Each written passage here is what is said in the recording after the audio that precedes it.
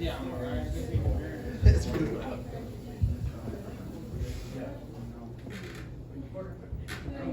Check, check, 1, 2, 1, 2. Yep. I don't want you to think that I'm on the phone.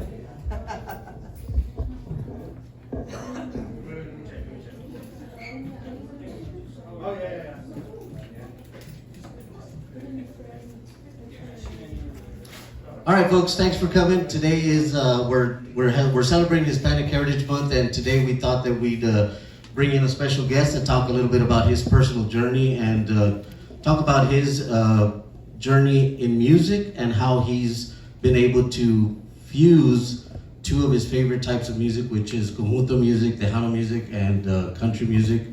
I could do this introduction about him, but then we'd be here for like 10 minutes because he's got a long resume. So I'm just going to introduce to you from the booming metropolis of Big Wells, Texas, Percy Cardona. Texas, yeah. Thank you very much. So, yeah, I mean, we decided to do a series of different people that have really, they really use their Hispanic heritage and what they do in everyday life, like you do. And so, obviously, you were one of the ones that came to mind when we started thinking about this, and then I reached out, and of course, you said yes. And as long as you didn't have Aquafina, because apparently Aquafina is bad for you. So, you know, so yeah, so I appreciate that you came and took time. I know you have a very busy schedule. I mean, when we talked last week, you were in Detroit, Michigan, and before that you were in California. And so let's just start from the beginning and just kind of give us a quick and a brief introduction of who you are, where you come from, and you know, that sort of thing. Oh my goodness, I don't even remember. It was like a lifetime ago. That's what it feels like. But I'm from Big Wells, Texas. Yeah, there we go. We got Big Wells in the house. And really, really small town. If you're here and he's here, well, who's in Big Wells? Yeah, no, who's in Big Wells? Half the city's here. You had an Iron Man in the house. No, I was gonna say, it's a very, very small town, and we have dirt roads. We only have 2 paved roads, no stoplights, and but my family, my mom and my dad's side is very musical, and so are all my uncles and my cousins. So music has always been part of my life, and that's not only do I have that Mexican American culture, just family based, but also musically too.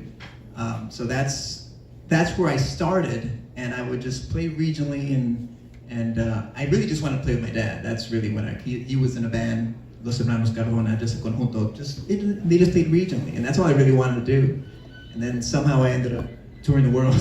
So yeah, so that, and we'll get to that. You've been all over the world, not just in Texas and in the United States, but you've actually been all over the world, Europe, and I think you did you do Asia at some point? Yeah. Oh yeah, right, Yeah. Asia. All right, so let's just kind of go to the beginning. So in your bio, it says you're 4th generation. So that's your great granddad? Right. Your granddad? Right. Your great granddad, your granddad, your dad, and then you. Right. And so do you remember, like, maybe not your great granddad? I don't remember my great. Actually, I used to call myself a 3rd generation musician, and then I met some relatives, and they said, no, your grandfather from your mother's side, his father also played. Oh, okay. And so then I had to change the bio. I was like, okay, I'm a 4th generation. My family's really big, and so anytime I meet them, they always kind of give me some insights of where I come from.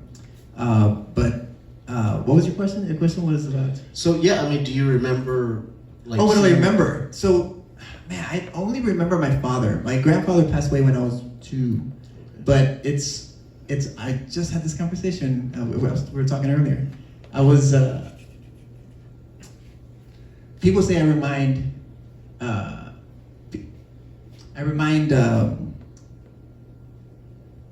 people of my grandfather from my mom's side. He was amazing. He played the fiddle. He played all the instruments. Yeah. His main thing was mariachi, but still he played all types of songs. So speaking of playing different, so you play several instruments. I do, yeah. I play. So what are some of the instruments you play? Oh, I play drums, bass, bajo sexto, piano, and accordion. and you started with keyboards? I started with keyboards, yeah. Yeah. Yeah. And so how did you get to do the other stuff? How did that come to be? I think the whole reason I played keyboards is really my sister had a toy keyboard, just a toy piano. I remember seeing the movie Big with Tom Hanks. Oh, yeah. And so they had that musical number.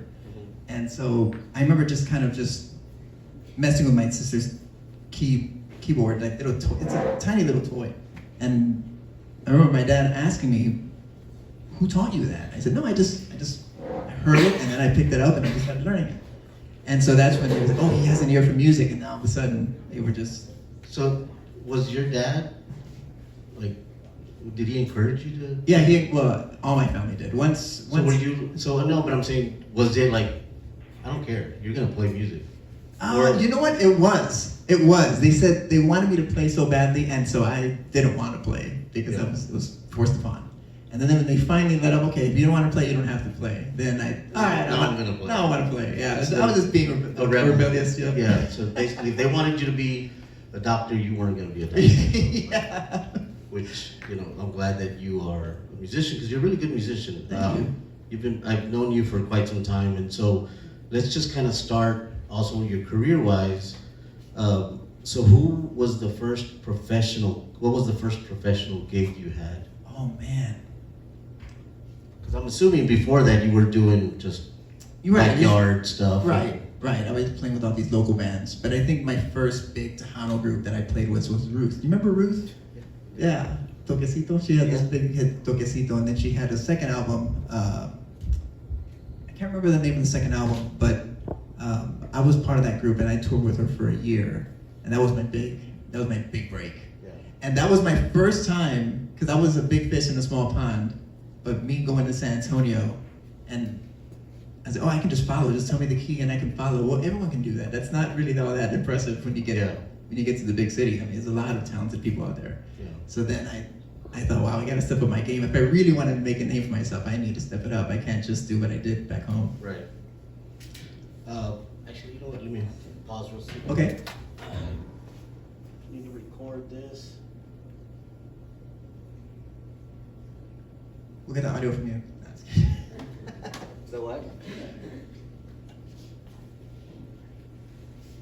So we'll get the audio from our buddy. Yeah, no, the cameras are recording, but I was getting this other okay. recording, so I just remembered. So Yeah.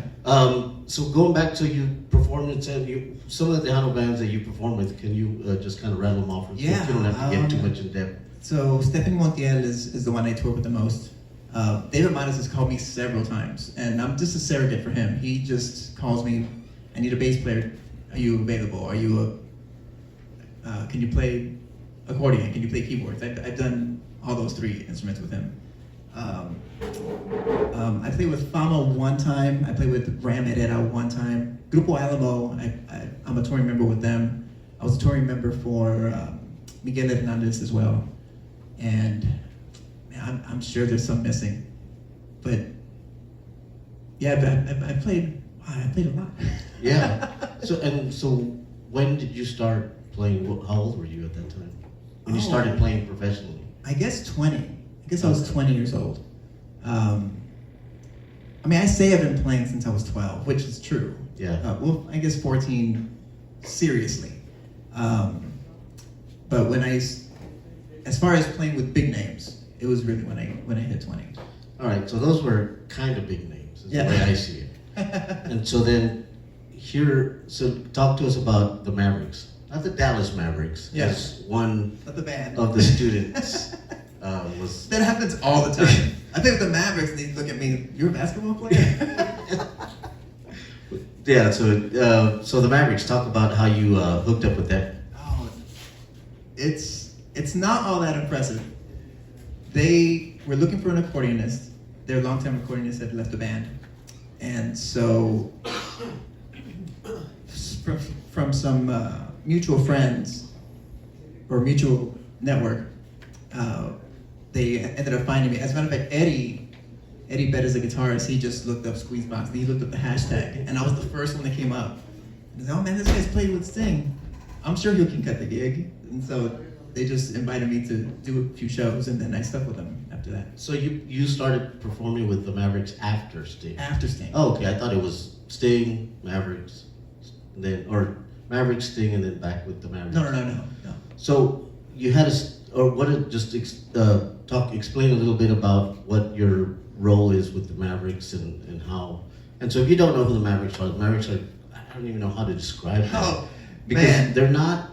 I mean, I guess some people consider them country because they've had hits in country music, but then they have just this whole Latin fusion of music, and then also jazz, Right. and rock and roll, Right. Cajun, Yeah, this it's- kind of thing. So yeah, It is the melting pot. It's so crazy I keep getting asked that question, what do the Mavericks play? And I can't answer that, but they've been at it for 30 years. They still can't even answer that. It's one of those bands that you just have to see to get. And people get it when they see them. Yeah. But it's just a big melting pot. And mostly when you mix genres that way, it can get messy, but they really clean it up. I mean, they really have a distinct sound. So, I mean, what do you bring to the table? Because I know you bring this conjunto tejano flair. Yeah, well, so my role with them is accordion and vocals. What I like about that band is that they actually have accordion parts. Because normally when I get with a band that's not in Tejano, I kind of have to come up with something. I'll play maybe a sax part, or maybe there's a harmonica here. Accordion kind of sounds like harmonica. I can play that. But they have actual accordion parts, and so and they really give me free reign too. I mean, I play the parts that are there, but I'll anytime there's a solo or something, or if they put the spotlight on me, they'll just let me go, and I just play what I feel. What I really like to do is when I'm playing a solo with them, is I just try to turn my mind off and just really all the history that I've acquired and all this training that I've had. I just kind of just let it flow out, because that's really when you play the best, when you just don't think, you just play and you just react. And I don't even know what I play after that. Can you give me a recording of that? I get asked for a recording. Is that what? So that's a question that I had. So when you were up there, especially you talked about it earlier, when you're playing with a band that their original music doesn't really include accordion, like Sting, right?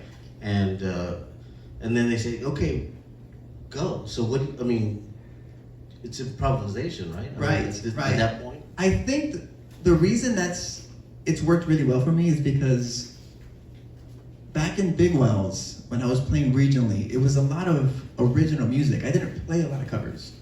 I was with bands that were trying to make it, and they were trying to write original stuff.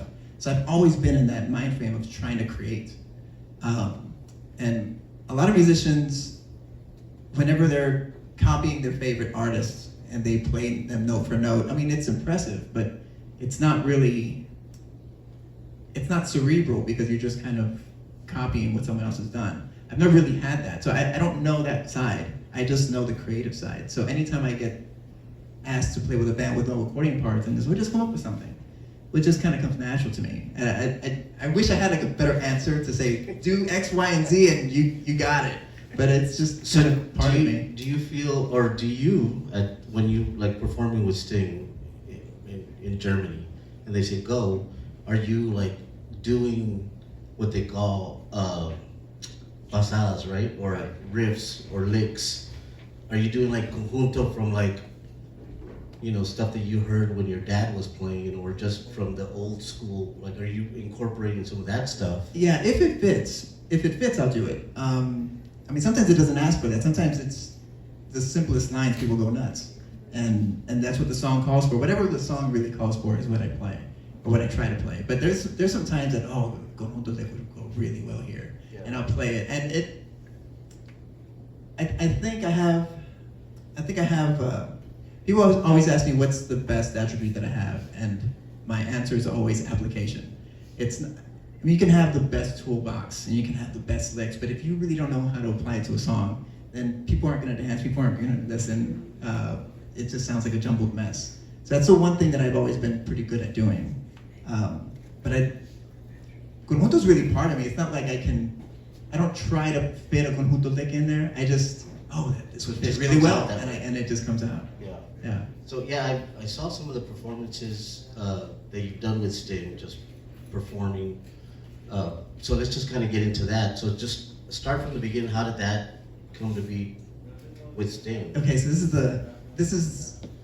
Let's see. I'm gonna try. So I'm I gonna guess try to do I it. don't know if we should, because I know the answer to this, but Yeah. I'm asking for the sake of the audience. Yeah. But- So I guess maybe we should preface with the Last Bandoleros, Last because Bandoleros, that's a big part of how that Right. came to be. So Okay. the Last Bandoleros. For people who might not know who the Last Bandoleros are, Emilio's kids, Emilio Navaira, and he's got Emilio the third, Emilio the fourth, and then Diego. and then Diego. And so they started a band and they called themselves the Last Bandoleros. And all right, I'll let you take it. Right. So I was playing with Stephanie Montiela, and we were playing the LULAC in New York, and so they were looking for an accordion player for this new sound for the Last Bandoleros. They were just the Bandoleros at the time, and so I ended up just playing with them just because I was in the vicinity. And then they called me back and they said, we got signed by Warner Music Nashville, and they really want an accordion player. Will you come back out with us? And so I was playing with them. I was playing with the Last Bandoleros. I was playing with Stephanie Montiel. I was playing with Grupo Animo. And I was just playing a lot, but the Last Bandoleros really took off. We ended up playing Jimmy Kimmel Live, and we had this big showcase in Nashville at 3rd and Lindsley, and all the movers and shakers were there. And I just remember thinking, this is big time. This is really cool. We made it. Yeah. And they didn't have accordion parts also. They knew they wanted accordion, but they didn't know exactly what. So I just said, well, just send what you got. I'll come up with something. And with the Bandoleros, they did give me some moments to shine, but really their bread and butter was their harmonies. So I pulled back a lot of my playing to listen to their harmonies. So getting to the Sting, we did a showcase in New York, and Sting lives in New York, and he just happened to show up because I don't know why he was there, but he was just there. And I remember looking up, and I thought he was staring at me when I was playing, but no, he's just looking at the stage, just not at me. But every time I looked at him, he was like looking right at me. And Sting decided to bring the Last Bandoleros on tour with him, so we opened up for Sting. Okay. But he said, I want you to play a song for me. Yeah. Play a song on my set. So I played a song. I played She's Too Good, She's Too Good. I played that song with Sting, and he gave me an accordion solo on it. And so the way that works is we rehearsed like 50 songs, and then it kind of comes down to 20 or whatever we're gonna do on that tour. So that one ended up making the list. And then he wanted me to play another song. So then I had 2 songs in this list. Then I had another song. And before I knew it, I was playing more songs with Sting than I was with the Bandoleros. So you were doing double duty. I was doing double, yeah. So you get off stage with Bandoleros, and then you would. Right. And I was never an official member of the Last Bandoleros. The Bandoleros were the 4 guys. Now they're a 3-piece, but they were 4 back then. And I was the 5th Beatle, as they always call me, the fifth Beatle. But I was just there to help the tour. I was hired for the 57th and 9th tour. But then once a scheduling conflict, wasn't a conflict, but the Bandoleros were going to do something else, and Sting was going to continue his tour. But he was liking my contributions, so he just so I ended up getting approached to join his group, to be an official touring member for the 57th and 9th tour, and stay on with him. And the Bandoleros, to their credit, were just saying, "You need to go. It's Sting. Sting's asking you to go. Forget us. Yeah. Go do your thing." Yeah, I think I read an interview. They were saying like, yeah, we'd be mad if you didn't. Right. You know, like, Yeah. like there's an opportunity to perform with Sting, which is, if you don't know who Sting is, he became popular with the Police. He was the lead singer for the Police, and then now has more hits, I guess, as Sting than with the Police. So, yeah. So, I mean, what was that like? Like just being now you're an official touring member of Sting. You're involved in the creative process with I say the creative process, not making music, but for the gigs. For I the have shows. to, before I even get to that, I need to say, I need to tell you a story. I hope it's not too long, but it's really significant. Because when I was doing all these Tejano shows, I had put out an album. It was self-titled, and that was back in 2009, and it was a conjunto record. And man, no radio stations were playing it. In the Valley, it got some airplay. And then I was trying to get some musicians to play, but they couldn't really it was really progressive music and really difficult stuff. And so I got really discouraged by all that. And then the Tejano gigs weren't paying as much, and it wasn't as much. And I just remember thinking I was a really good student in school. I could have been a doctor or a lawyer or a dentist or something, and I chose music. And now I'm broke. And so I just remember thinking I think I'm done with music. And I actually gave up music for a year. And I ended up just I worked at a gym in San Antonio, and I got promoted to manager, and I was doing all that, and I had health insurance, which was, oh my goodness, I have health insurance, this is great. And I was making so much money that I wasn't even checking when my bank account, I just knew it was going up. But I was really unhappy. I was really, I don't want to say depressed because that's really aggressive, but borderline depressed. And I knew what it was. I missed music so much. And I thought, I'm gonna play music again, but I'm not gonna try to make it. I'm just gonna play music because I enjoy it. That's all I'm gonna do. Right. And so I ended up playing music again, and what ended up happening was that I became a much better entertainer and performer because people could see how much fun I was having. And I was, like, all this pressure was gone, and I was completely carefree. So that's where all these opportunities came. People saw me, and they saw what I could do, and then they wanted me to, I kept getting hired by other bands, bigger and bigger and bigger. So now when I finally make it to Sting, and I'm finally there, and he's telling me, I want you to do this. I mean, it's Sting telling you, giving you direction. I wasn't really nervous. I was really prepared. Like, I really had to go through that epiphany of that hiatus of realizing how important music was to me. And so that's how I was able to get through. Everyone always asks, how do you not get nervous with Sting? I said, well, this is what I want to do. This is what I enjoy. And that's how I was able to get through that. Yeah, I mean, you were saying about how you enjoy playing music and you were just gonna kind of let it out. So you can see it in your photos, no, not that one, but when you perform, I always picture, and Danny can relate to this, is like, if you just take your accordion away and put a guitar, you're like a guitarist who's gonna do this, face melting solo, gonna just shred. And so that's what you kind of look like. And so in terms, that's progressive, in comparison to if you see those old conjunto bands that just stand there. And the best they do is they just do that little duck waddle. Oh, right. What I call the duck sway. The side where to they side. just kind of go back to back. But when you're performing, you look like you're having fun.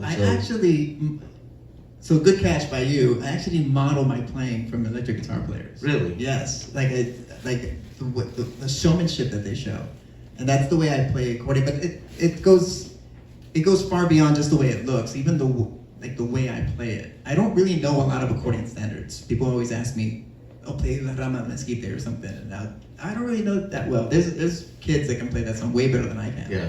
But it's because I've never really been trying to play what's already been done. I've always been trying to do something new. And just because I play accordion doesn't mean that I need to play a particular way. I can just, music is music, or Right. good music is good music. And so that's my approach, is just to play like I have an electric guitar strapped to me, Yeah. which it's a squeeze box. Yeah. But it's the same approach. So how many accordions do you have? I think I have 9 or 10. I only take 4 on the road. Okay. So do you have like your very first accordion? Yes. So I do remember, so for those of you who don't know, so Percy and I, we've known each other for a long time. We worked at a radio station, that's where we met. And so I remember you would take that accordion, and I think it was your very first accordion, and you would, like, it was taken apart almost. You could see the wreaths. Oh, right. And so it's like, man, that looks like a piece of shit. I think is what I My said. first accordion, I still have it. It's not very good. It's in a closet right now. It's in parts. I used it for pieces, but I still have the box. I'm not gonna get rid of it. It's my first one. And as a matter of fact, the buttons on it, they barely moved. I had to pound the buttons as hard as I could just to get them to move. And then when I finally got one of these, I got a Corona 2 from Honer, and oh my goodness, it felt like butter. It was just, oh, the buns just come down by themselves. This is awesome. But my style, I'm just pounding them, and I had to keep getting them fixed. And everyone keeps saying, why are you pounding so much? But it's because that's the way I played that way for so many years. Right. Yeah, so I wanted to talk about, you mentioned earlier about playing the accordion, and so, I mean, how do you feel? You've been from Big Wells, Texas, which is a small little town in between Dilly and Carrizo. Yeah. Small, maybe 300 people? 800. 800. Oh, 800. Yeah. Excuse me. We're growing. Growing. So you go from a little small town, and 30 years later, you're, performing with Sting, the Mavericks. You've been on stage with Willie Nelson. Yeah.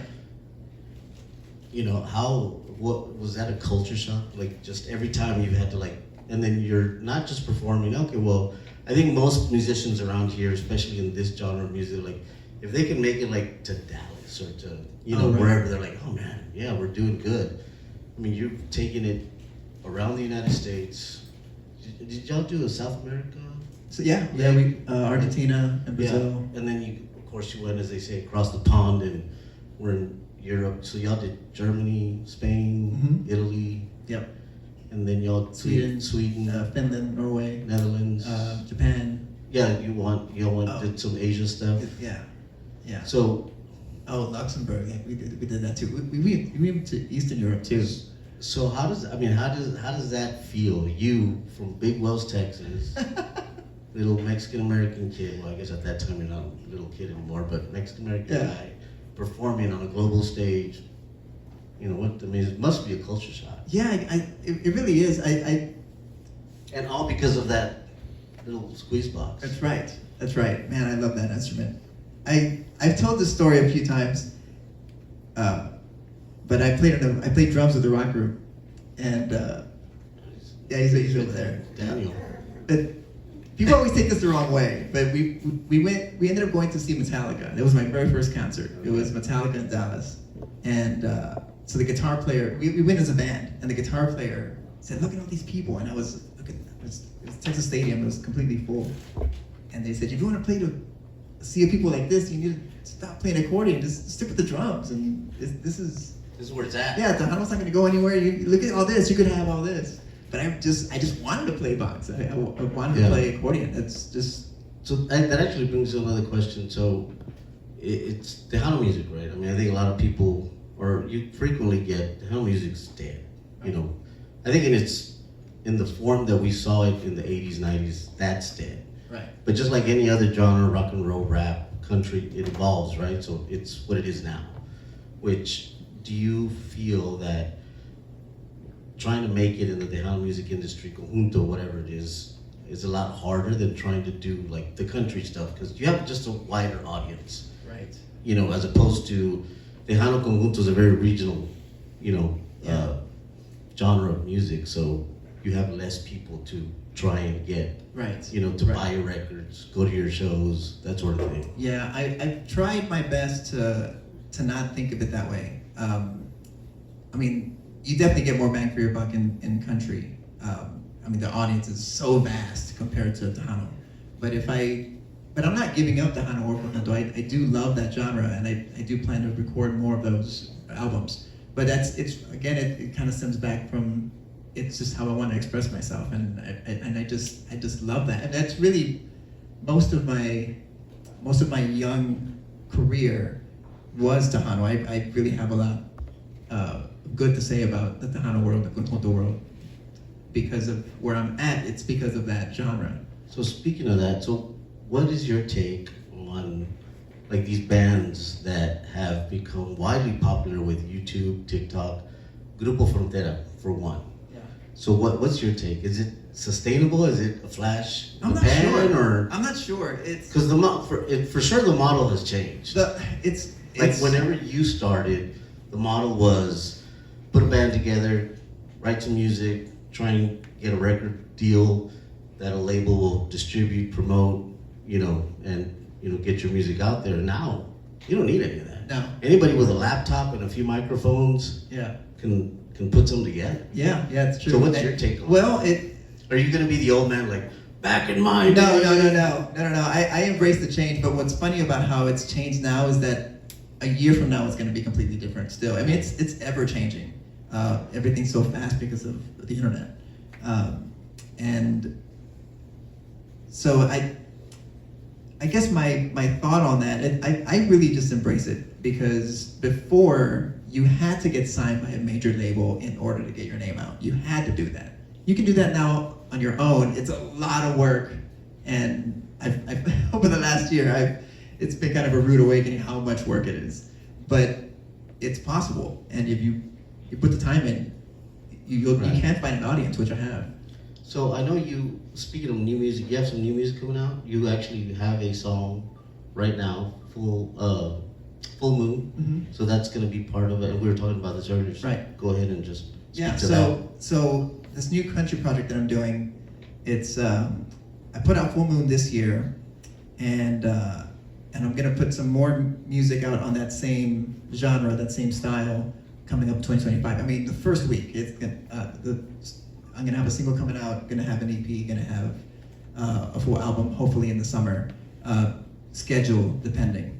And that, people always ask me if I'm leaving Conjunto, or if I'm leaving that behind, or if I'm just gonna be full country. But I'm like I said, Conjunto and Tejano is kind of part of me already. I don't really have to try to add it; it just kind of comes out naturally. So anytime I've showed people Full Moon, they say, "Oh, it's a little bit of Spanish," even if they don't know anything about Tejano. They're like, "There's kind of a Spanish vibe there." Well, I think just because they hear the accordion. They hear the accordion too, but also there's a bajo sexto in it. Yeah. There's percussion in the background, and that's how I like. I'm self-producing as well. Right. So, and that's just what I hear. I hear that it can work. I think what a lot of young musicians do, which is a mistake, is, in my opinion, is that when they try to blend genres, they try to go 50-50. They try to, this is half Tejano, half Conjunto, or half, whatever genres you want to put it, but that never works. It just sounds like a poor man's version of either whatever genre. it was. You really have to lean one way. So my country stuff really sounds country. You can play that at a honky-tonk and it sounds country, but there's a percentage there. Right. Of, not a huge percentage, but it's noticeable, of Conjunto. And so that's how I've been approaching it. And that's really what's worked for just it being a cohesive, I guess, project. Right. And well, I know that you, I think it was in an interview that I heard that you talked about.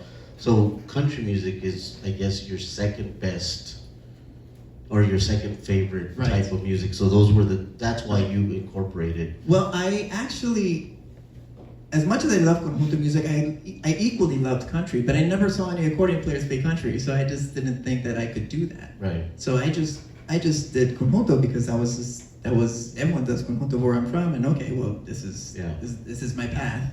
But I always loved country, and I always wanted to do country, and I always stayed in the back of my head. And then once I finally got enough clout and enough of a network to really self-fund and self-produce this new country thing, I thought I want to do it. I really think I have something here. I think it'll be good. Because your first album, so how many albums do you have recorded or recordings? I don't know that you can even count albums anymore, but. Right. Well, I've been involved in a lot of recordings, but really I only have one album, which is the debut album, which is yours. Straight Conjunto. Yeah. And so you didn't incorporate any of the. Any country? Yeah, or any, just mix. No, I did. I incorporated a lot of progressive metal, like Dream Theater and some Metallica. So if you listen to the drums on the Conjunto record, I mean, there's double bass pedal going on and stuff. Yeah. But what I remember showing that to my mom. I have this new style, and she says, I can't dance to that. People go to bailes to dance. It's called a baile. Right? Yeah. It'd be like the Selena movie. We want to dance. Yeah. Yeah. So I made it mainly Conjunto, but now it's just a touch of rock. Okay. And that's what makes it danceable. And what's crazy about that album is that I put the record out, and I said earlier it didn't really make any waves at all, or not to my liking anyway. And so I was really disappointed. What year was that? 2009. Okay. But that album keeps coming back. It found a cult following somehow through all this time. And I was already contributing to other groups, but that album still keeps, when are you gonna make another album? That first album was great, when are you gonna make another album? And so... Well, I think what happens is, which is what happens with some other music artists, that they get ahead of their time. Yeah. Because really, if you listen to that album, you listen to a lot of the stuff that's out there now, they are incorporating a lot of different genres, whether it be rock or country and whatever. Right. And now it's cool, but you were like, hey man, when I did it, it was like, it was too forward thinking. Yeah, I what it was. I've heard that many a times, and I suppose I concur. I mean, of course I would say that, right? but honestly, the fact that that album has found a cult following, really, I guess that's what. What am I trying to say? Yeah, no. So I guess that's what happens. It's Right. like, it was just too soon for its time. Right. It came out too soon for its time, and everybody else had to catch up to it. Right. As far as what you do, and it happens a lot, like in movies and all different types of art. Right. So music is no different. It's like, okay, somebody who had the ability to think ahead and be like, oh, I'm going to do this. Right. And then, but of course, you'll have people that their standard, acceptance of stuff is like, no, can't do that. Yeah, and people like to listen to things that are familiar. I just talked to a friend of mine about Hank Williams Jr. When he first started his career, people just wanted him to sing his dad's songs. Yeah. And then he would try something new. No, just play your dad's songs. It took him a long time to for people to get on board with his own stuff. I guess that's how that album really has found that cult following. Just it's finally caught up. So this new album they have coming out, or new recordings, so that's going to be is it specifically just country? It's mainly country. It's mainly country. I'm gonna do a wapango style. I don't want to talk too much about it, but it's like a wapango, but it's also kind of it's like between a wapango and a waltz. But it's and it's in Spanish too. But most of it's gonna be country. So most of it is English. Yeah, most of it is English. Yeah. Okay. All right. And then I'm actually gonna do a version of Jesucita en Chihuahua, which is it's a classic mariachi tune, but I'm gonna play it like a polka / cowboy ranchera kind of way. That was my grandfather's favorite song. He used to play that all the time. Is it your dad's dad? It's my mom's dad. Your mom's dad. Yeah. Okay. Well, we've been at it for about 30 minutes, man. So Yeah. I think we're gonna just cut it short, just because I think we need to get these people back to work. Of course. Some students back. Well, thank to you for class. coming. So I don't know if we want to do this or not. What's that? What, you want to do a quick Q&A first? Yeah, I mean, if anybody has any questions, anybody have a question or questions that they'd like to ask Percy? See, the shy looks is always my favorite part. You have any questions? And everyone starts tensing up and start going back. Yeah. You talk. I wanted to ask if you ever played at the Grand Ole Opry. I did. The Mavericks. The Mavericks played the Grand Ole Opry, and they have that cutout that used to be part of the original Ryman, and I refuse to step in there. As I'm not stepping in there until, if I get invited back for my country stuff, I will step in the circle. But right now, I was contributing to the Mavericks, so I know a lot about that history. I used to watch TNN a lot with my mom back in the day. The Nashville Network, man, I miss that. When they played actual videos. Yes. But yeah, I have played there. It was a great experience. Thank you. That's a great question. Any other questions? What's the location that you performed at that sticks out to you? My favorite thing about locations is it all depends on the crowd. The crowd has to be fire, right? And so in the States, the craziest crowd by far is Missouri. If you play anywhere in Missouri, they are loud and rowdy. And that was with the Mavericks? That was with the Mavericks, Sting, and Bandoleros. Oh, okay. Yeah, I played there several times. And Missouri's always crazy. a close second would be Minnesota. The Norwegian population, they love accordion. Oh. And they yell accordion solo every song, accordion solo. So they're a close second. And then, but in the world, the loudest fans was Macedonia.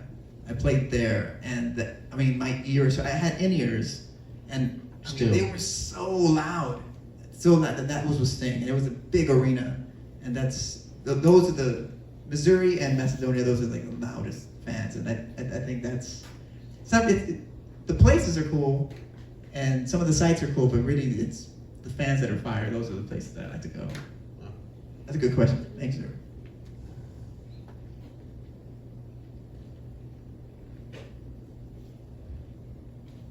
So, with the Mavericks, when did you start with them, or is that something that's ongoing, or? Yeah, still playing with them. Still playing with them. So I'm doing my own thing now, but I'm doing it in conjunction with them.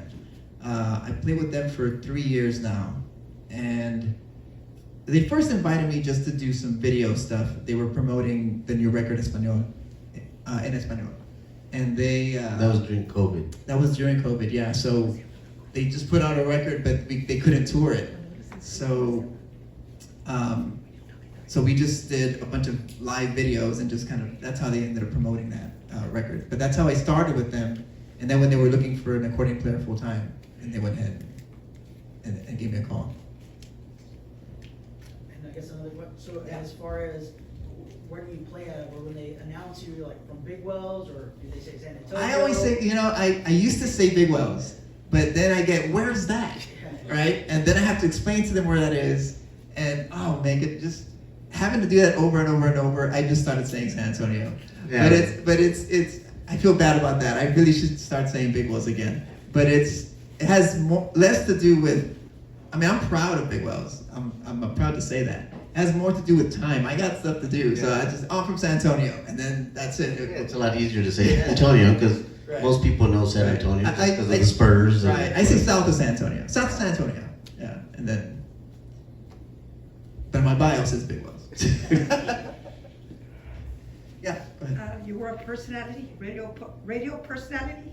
Yes. Yeah. Dedicate songs. So you mentioned that earlier. So I used to be a radio DJ in Crystal City for KHR, and then I moved to the big city of Uvalde. The big city of Uvalde. I remember that was a big deal for me back then. So then I did KUBA, and he was my boss. Yeah. My boss back then. Yeah. I couldn't remember if I had hired you or No. or you or yeah. I think I know what the answer to that. Right. So, Right. Yeah. I was already there. You ended up getting promoted while I was on staff. Yeah. So we worked together for several years. Yeah. You promoted me though. You promoted me to music director. Oh, yeah, that's right. Yeah. He was our music director, so he would determine what songs we were gonna play and when we would play them, that sort of thing. So yeah. Oh my goodness! You remember? This is just gonna be a little bit inside baseball, but you remember that RCS selector that we purchased, and I had to input.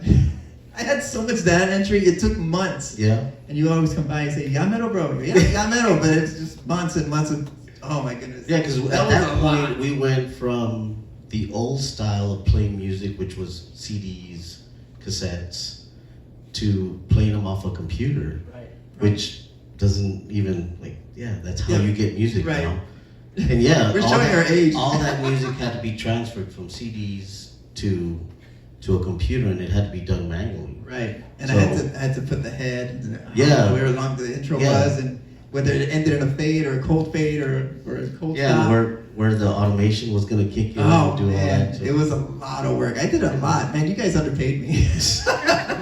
Well, join the club, buddy. That's why I'm not in radio anymore, because it doesn't pay. Yeah, me neither. So, yeah, but so speaking of music, record or radio. So how are you promoting your music? Because to be honest, radio it's pretty much dead. Yeah, well, Which it pains my heart because that's where I come from. Yeah. So radio will always have a special place in my heart, but what's happened with radio? it's just the way people consume music now. They just don't do it that way anymore. Yeah. It's really just finding. People find new music on playlists. That's how I find new music. I'll put a playlist on and I'll just put on shuffle, and then it'll start just shuffling different artists. And most of them you skip, but some of them you find. And Stick Figure, he's a reggae artist, and So he's one of my favorites now, and I just found him just through a shuffle. There's a new band. I think they're called Vanishing People or Vanished People, something like that. And they're more. They sound like more Japanese rock, but it's in English. And so that's how I find it. So to answer your question, I'm putting a team together because I finally made it to that part of my career where I know I can't do it on my own. I'm finally getting to a point where I have enough success where I've done a good job up to this point, but I really need a team. So I've been working with some people from LA, and they put my social media package together, and then they just work their magic. And I would love to get to a point where they just do all of that, all the promotion, and I just work on the craft. But the gap between getting started and then having some success, but it's like this middle class success, that gap is a big jump. I mean, those people aren't cheap. They're Right. good at what they do, but it costs money, and I don't have that money yet. Yeah. So it's still figuring that part out. But that's the next step. Talking about success, this is one question that so do you consider yourself a success? Yeah, but What is define success? I was gonna though? say I redefine success. Before I used to think, if you have a lot of followers and you get played in the radio, and that's what success is. And I don't think that anymore. Success is really just. This is gonna sound really hokey, really cheesy, but I said this earlier. I really just play because I love it. Right. I go up on stage and I go play, and then I just love what I do, and So I can see people enjoy it. when the concert promoter comes, here's your money. You're like, no. No, I still take money. Yeah, take it. Well, I need to invest. I need that to invest in myself. Right. No. So, but what I'm saying, what I wanted to bring was, so I have a friend of mine who's a musician, and we talked about success, and I hope you agree to this because I think this is really what it is. So, when I said, "What is success?" right, and he's like, "Well, define success." He said, "I think most people when they get started in the music business, they're like, big arenas, performing, limousines and whatever, right?" He said, "But really, I do consider my life a success, my career a success. Nobody knows who I am, but I've been doing it for 25, 30 years. He's a drummer, and most of his gigs are studio gigs. He's a studio musician. He gets called in. Yeah. Somebody wants to record a demo, or somebody needs a drummer for an album, or whatever. He does commercial jingles and whatever it is." He said, "So that, and then I also perform on the weekend. They'll call me up. He mainly does. I think he told me the last time they do like a big band, type performance." And so he's like, "Yeah, so I put 3 kids through school, I have a house, I pay all my bills, get to go on vacations. Right. Success." Yeah, that's success. So he's like, yeah. And so we determined that there's different tiers of success. Right. So Right. there's, and he would say, yeah, he's like, when you said middle class success, yeah, I'm right there. Yeah. Like nobody knows who I am, but Right. I make enough money to. If I can be self-sustainable, but not be a household name, that would be perfect. I actually don't want. When I tour with Sting, he's not really. He's big here, but he's huge in Europe. Yeah. That man can't walk anywhere, and he loves walking cities. That's his favorite thing to do, and he can't even do that. But oh man, that is way too much fame. He's miserable. Well, I think that's miserable. You have enough success that you've had your Facebook hacked. Oh, I did, And, and I had to make a new one. Yeah, I know. So imitated, or what is it that they do? They do the fake profiles. Yeah. Because they're trying to get all those followers, and they're like, Right. "Yeah, this guy's got some good amount of followers." I was so happy when that first happened, and it got old really quickly. Well, I was gonna say, you actually made it when somebody's trying to, hack into your Facebook account. It happens all the time now, all the time. Hopefully, my team could just take care of that. Yeah, I'm tired of dealing with that already. But it's true though. So yeah, social media. How big has social media been part of your recent success? Yeah, well, it's really the business card. That's the new business card. Social media is like how you get your name out there, how you can introduce yourself. Oh, are you on Instagram? Are you on Facebook? TikTok is now. I consume a lot of TikTok. I don't really put out a lot of TikToks only because I'm really focused on just completing the record or completing the music. But once that comes out, when I start promoting it, I'll get on board with TikTok. Question I wanted to ask you, we talked about this in our conversation on the phone, but so recording music or producing music, creating music, what's your process? Oh man. So I've always asked everybody, because you write music, right? Right, I write. You write and you compose. So do you compose a melody first? Do you come up with a melody or whatever, and then, all right, now I'm gonna figure out how to put words to it, or do you vice versa? Do you put words, do you write lyrics, and then you're like, okay, now I'm gonna figure out how to put some music? Yeah, I do. Well, I do both. So sometimes I just write some lyrics. I have an idea and I write lyrics down, and then I'll just try to shoehorn it into some kind of melody. Or sometimes I have a melody in my head, but I don't really know. I don't have any words, but I have the melody and I have this outline and structure, and I know I need. So I just la la la's and da da da's. I'll just record that way just to get the music down, and then I'll just put words to it later. So I really just do both. I always say that the song just asks for what it wants. You just gotta listen. So as a Tejano / conjunto / country, so do you write, I mean, because in the past, the stuff that you did was Spanish. Yeah. So how did you do the English stuff? Did you like, okay, I have to figure out, I mean, because I'm assuming it's different, because it's got different cadences. Yeah, I was actually trying to, I was seeking out some songwriters because I was trying to come up with this style, which is a piece of conjunto, but really more country, more 90s country. Really, it's really neo-traditional. But I really couldn't find any songwriters to find what I was trying to say or what I was looking for would match with me. So I went ahead and just started writing my own songs. The first song that I wrote, it's called Second Place. That's going to be out that'll be the first single out next year. And that song took me 7 months to finish. And I was just piecing it together, and it took forever. But then once I had that song, and once I had the structure and it was produced and I liked this, okay, this is my sound. As soon as I had my sound, now that I could see myself and identify myself, all of a sudden the songs were just coming out. I actually didn't record in the studio a lot. Because I kept writing. I had like over 20 songs. Is it because you're a perfectionist? Yeah, maybe. Because I mean, that's what I remember from like. Yeah. Oh yeah. Like, dude, you're never gonna record anything. I know. And so we've had this conversation about recording music. It's like that's why it's important to have a producer. Yeah. Because the producer at some point says, "All right, Right. You're not getting any better." I've been a lot better at that. At just, okay, listen, you could just perfect this thing, but just go ahead and stop. People like a lot of rawness too. I actually learned that a lot on tour. I used to play all this technical stuff and really impressive, creative licks and whatnot. And people do get impressed by that. But sometimes people just want to hear slop. But I think for the most part, I mean, musicians do.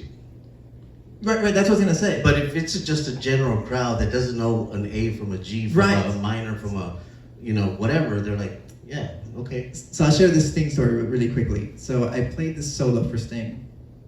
It was, I forget which song it was for, but every musician on the stage said, man, that solo's great. I really like what you wrote there, that's great. And I was so proud of it. And everyone had great things to say except for Sting. Sting said, I really like that solo. And every time I played it live, people reacted and they liked it. And he says, I like it. He goes, but this next time, just play really messy. And just go loco. As we say, go loco. And I said, okay. And he's the man, right? So, and I'm contributing to him, so of course I'm gonna listen to him. So I went up and I was like, hey, forget that nice, great solo that everyone loves on stage. I'm just gonna play something. And it was really just messy, but it was really high energy. And the roar of the crowd was immense. I mean, way more. A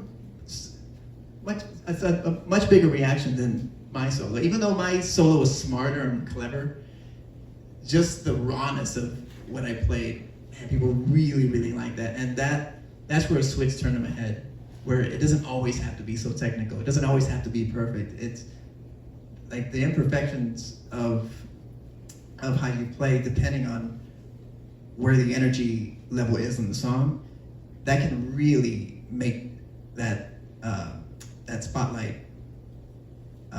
moment just really blast off. Well, I think people who love to go see live. I love to see live music. I'd rather see a small, kind of intimate performance Those are my more than favorite. anything. But mainly because you get to really experience a live performance. You hear everything, you see everything, as opposed to, a big production. Come on in, ladies. Come on in. Y'all are more than welcome. Come on in. We'd rather have you here than out there in the hot, hallway. So yeah, that's one of the. And so I want to hear a different version of Yes. what was on the original. Oh yeah. Although so I do some social media stuff for some bands, and one of the criticisms that a lot of the bands get is, "Oh man, how come you just don't sing it like the way on the album?" Oh right. And I'm like, for one, he's been singing that song for like 20 years. Yeah. And so I talked to the singer, and he's like, when we recorded, we had 2 weeks to record. So that was it. And we put them together, threw it out there, done. Yeah.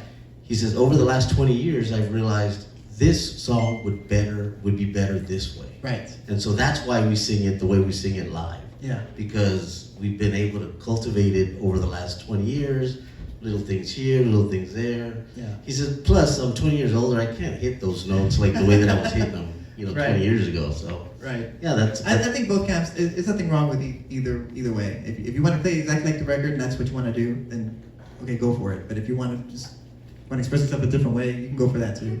I'm in that camp though.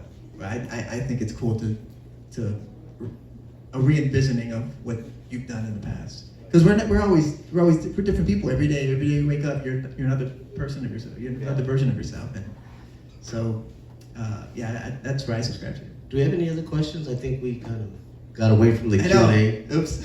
Sorry about that.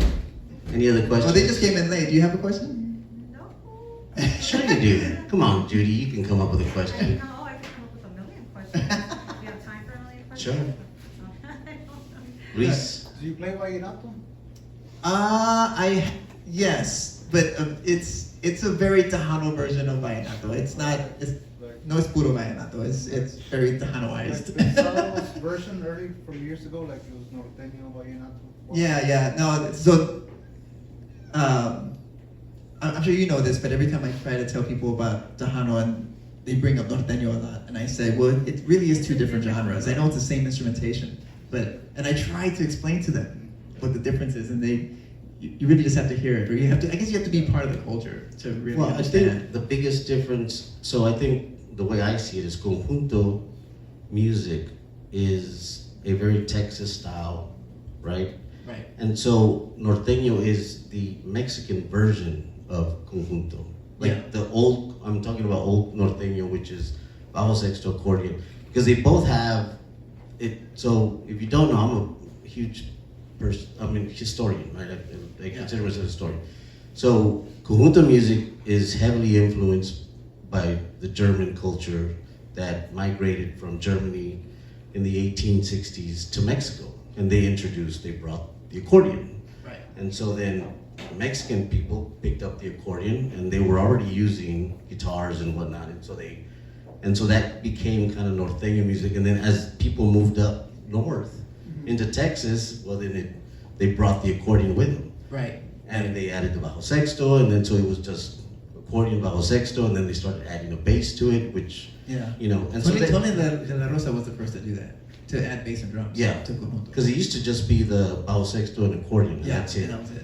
And because the bajo sexto would act as a bass and Right. a guitar. So anyway, so that's how I see it. Like conjunto music, and then so Tejano is like a branch off conjunto music, and norteño music is just kind of the Mexican version of conjunto, because it's really you look at it at face value, it's the exact same thing. It's a bajo sexto accordion. it sounds very, but they just have different. Right. It's the lyrics. It's Yeah. the. Yeah, how you play the instruments Yeah. makes a big difference, and unless you have the nuance or unless you Well, and then if you go back to so Paulino Bernal, right? Right. Conjunto Bernal is a huge conjunto. That they were one of the staples of conjunto music back in the '60s. So he, Paulino Bernal, was the person that introduced conjunto music to Ramon Ayala, which is real big, Yeah. norteño. And so if you listen to early stuff from Los Relámpagos, which Ramon Ayala was part of, you see, there's that, he taught him a few licks, he taught him some of the conjunto stuff, and then like Ramon Ayala being an innovator, like, I'm just gonna take this old norteño music and kind of make it a little more progressive, Right. which is what he did. So Right. Yeah, and you said Tex-Mex earlier. That I think that's the word. yeah, Tex-Mex. It's Tex-Mex. It's really. I mean, Tejano. It's I think it's known for the horns and the keyboards like Chicano music or whatever. But really, Tex-Mex is all of it. It's conjunto. It's Tejano. It's that whole flavor. Yeah, I would say more to Tejano more. Yeah, it's debate because it all depends on when you grew up. Right. Really, I mean, those people that they think like the horn sections and like your Little Joes and Sonny Osuna, they're like, that's Tejano. Like, Right. not really. Then some people are like that grew up in the '90s and whatever, heard Emilio Selena Mas, like that's Tejano. Yeah. And then you have people that grew up listening to music in the early 2000s. So you have like Intocable and stuff like that. Right. That's Tejano. It's like, Right. Right. It's all Tejano. Just like rock. It's all Tejano. Yeah. It's like rock and roll. Rock and roll evolved from Elvis to what it is today. Right. Yeah. Coldplay. Yeah, whatever. So it's like it's all rock and roll. It's Right. It's evolved. Right. Just it happens in music and art. Yeah, and I'm really proud to be part of that. Just part of that culture and upbringing. I mean, it's second nature to us because we lived here. But whenever I travel elsewhere, and I always get this question too, what made you decide to play accordion? As if accordion isn't all over the place here where we live. I mean, it's awesome, and Well, I think like in pop culture, right? You would see like in movies or shows or whatever the accordion. So you think of like Steve Urkel, right? When he would bring out his accordion, it's like, he's a nerd. Weird Al Yankovic, who used to use an accordion, is like, but it's a totally, like in Texas, especially Southwest Texas, it's totally different. It's like it's almost like When I say I play accordion, that's what they imagine. They imagine me with this big, huge piano accordion and just playing all these like really fast German polka style kind of things. And then they see me live, like, whoa, isn't that exactly different? Not what I thought at all. Yeah. Yeah, man, it's a pretty cool journey that you have, and I guess we're just gonna wrap it up. Yeah, let's we've do been it. going at it for about an hour now, so Yeah. Well, thank you very much for coming. Thanks everyone. I appreciate everybody. So, ladies and gentlemen, give it up, Percy Cardona. Thank you so much. So You wanna? I'm gonna give it a shot. So, Okay. I went ahead. Every time I do this, people would say, "Are you gonna play a song?" And I don't have a band, so I never say I'm gonna play a song because I can't. I don't have a band. So, but I wanted to do something today, so I'm gonna give this a shot. You're gonna have to run sound, I think. So I made some pistas. So I just played to the musical accompaniment that I brought with me. I'll take care of it. So I'm gonna go ahead and play for you 2 songs. If this works, we'll see if this works. It'll work, man. It'll sound like shit, but it'll work. So I'm going to play 2 songs for you. One of them is going to be a classic from my. It's an old song called La Marca de Oro, and I recorded it on my debut record. So I will do that one for you today, and then I'll also play Full Moon, which is my latest release. So we'll give you a little bit of country, a little bit of conjunto.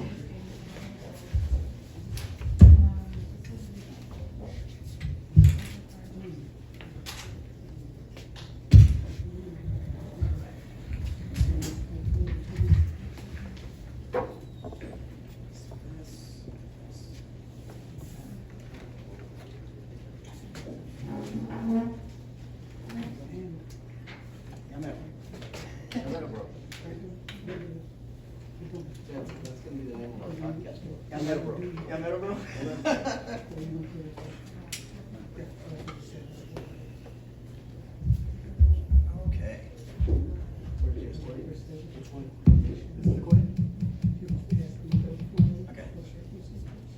1, 2, 1, 2, check 1, 2.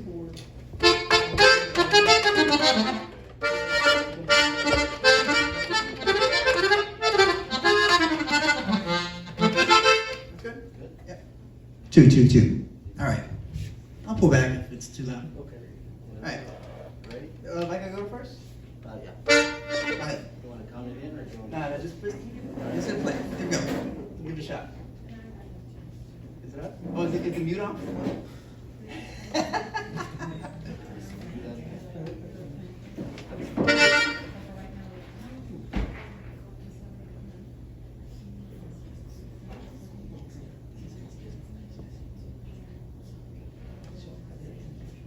Let's make sure it's loud. Yeah. Here we go. 1, 2, 3.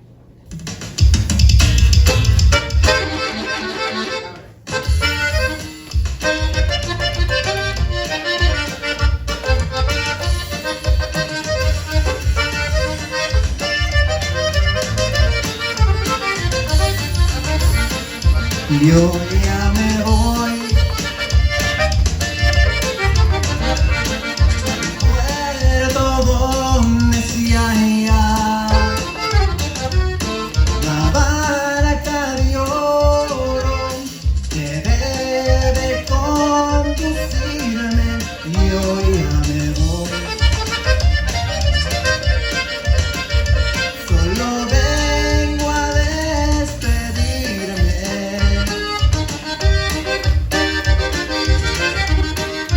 Adiós mujer, adiós para siempre, adiós. No volverás.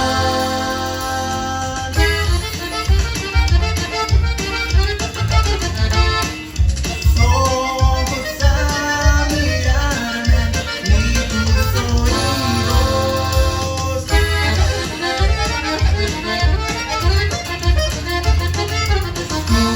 Escucharán mi canto, voy a aumentar. Los mares con mi llanto.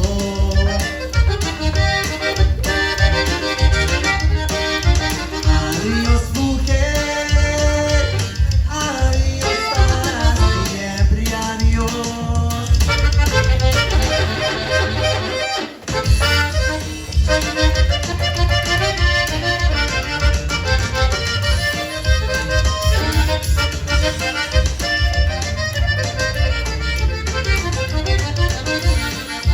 No volverás.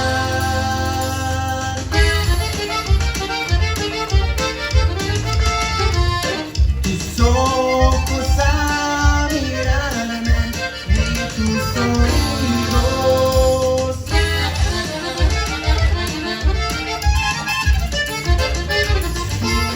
Escucharán mi canto, voy a aumentar. Los mares son mi llanto.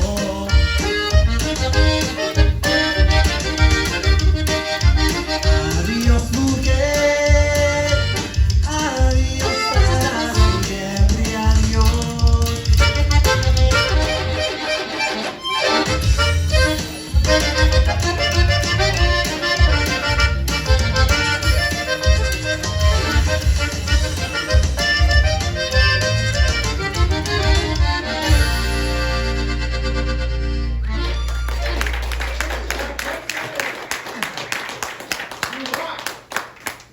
Good job on the sound there. Good job, sound guy. Yeah, next one. All right, this one's called Full Moon. There must be something about a full moon that makes me go crazy. And they sing more than 30 days when I'm hurting my baby. I hear praying for rain. I know that the sun will rain. Is it the full moon? Or is it the full moon?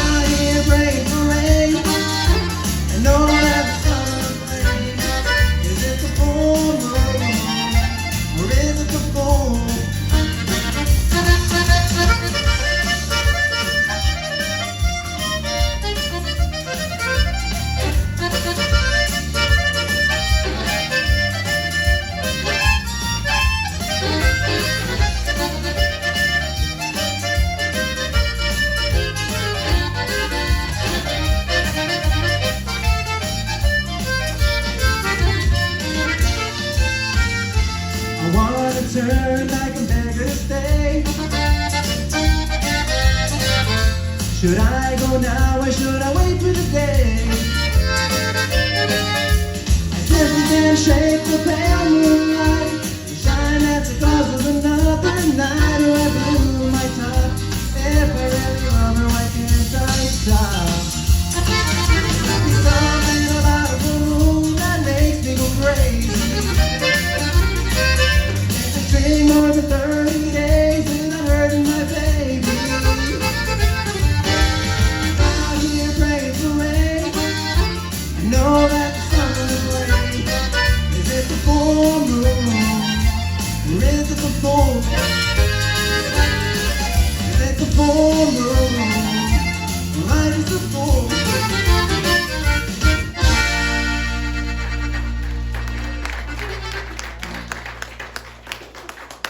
Thank you so much. I'll leave out too. All right, give it up one more time for Percy Cardona.